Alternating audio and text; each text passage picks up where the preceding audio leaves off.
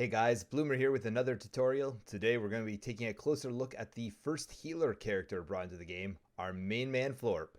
Remember, the game is in beta still, and thusly the numbers may be tweaked a bit before the game goes live, but that being said, let's dive into it. Florp is one of only 2 healers in the game, and thusly can be an extremely important member to any squad. He's a high priority target for the enemy team, and thusly you can expect to have to play a bit cautiously. Lucky you have more than enough tools in your kit to deal with anything coming your way. A member of the sci-fi faction, Florp uses his energy pistol to deal pretty massive damage from a distance. Despite the sheet saying 52, he actually only does 46 damage per shot, but that's still a lot of damage from a support, especially at a range of 24 meters and a rate of fire of 2.9. Florp only has 910 health, meaning he can be focused down pretty quickly, but has 2 dodges to get himself out of trouble, or to get within range of an ally to land a key heal. Florp's abilities are called Splosion and Transfusion, and both can turn the tide of a fight quickly. Splosion gives Florp the ability to throw a sticky grenade to whatever it touches, and after a short delay will explode in an area of effect heal or an area of effect attack, depending on if it's stuck to a teammate or an enemy. Thrown on the ground, anyone who runs over it will have it stick to their trooper. With Transfusion, Florp buffs himself or an ally, giving them a vampiric lifesteal effect, converting a portion of any damage they cause to be given back to themselves as health. Florp is a healer, and not surprisingly, should not be the one initiating fights or hanging out in the front lines. A much safer position for Florp is at the end of his gun range, behind most of his team, and within range of landing his abilities on whoever is starting to be focused by the enemy.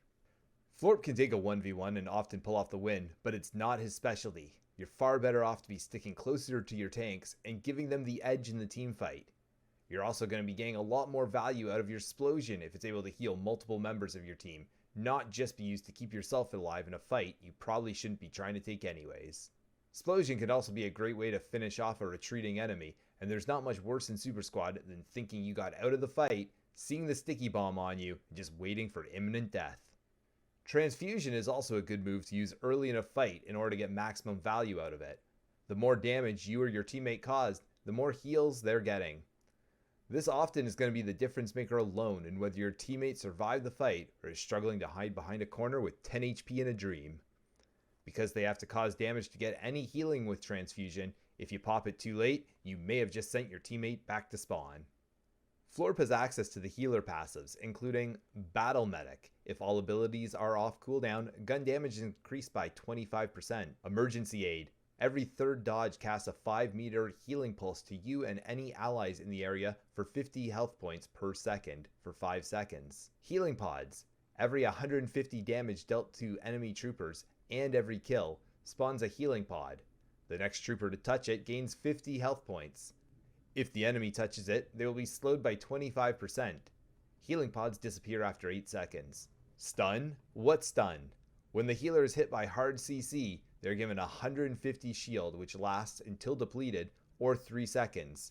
Can only proc every 12 seconds. There's a lot of debate as far as which passives make the most sense for Florp, but it really comes down to how you're playing him. If your team is soaking up lots of damage and you're trying to keep them alive, Healing Pods is extremely helpful, as well as Emergency Aid. If you find yourself getting dove and need to be more of a damage dealer, Stun, What Stun, and Battle Medic are also great options. Myself, I tend to always lean into Stun, What Stun, in case I ever get hit by Fetch or any other hard CC, as well as Healing Pods to have some extra heals building up for sustain in any longer team fights. Florp is a great asset to any team and can be extremely versatile with his relatively high damage and strong heals. Remember to watch your team's health pool closely to make sure your heals are getting maximum value, but also so you know when you can throw a cheeky aggressive Splosion to crush the dreams of the red team. Any key pointers that I missed? Leave them in the comment section below. As always, thanks for sticking around and watching the whole video. Make sure to like, subscribe, and turn that notification bell on if you want to be kept up with the latest Super Squad content. Till next time, this is Bloomer, and I'll see you on the battlefield.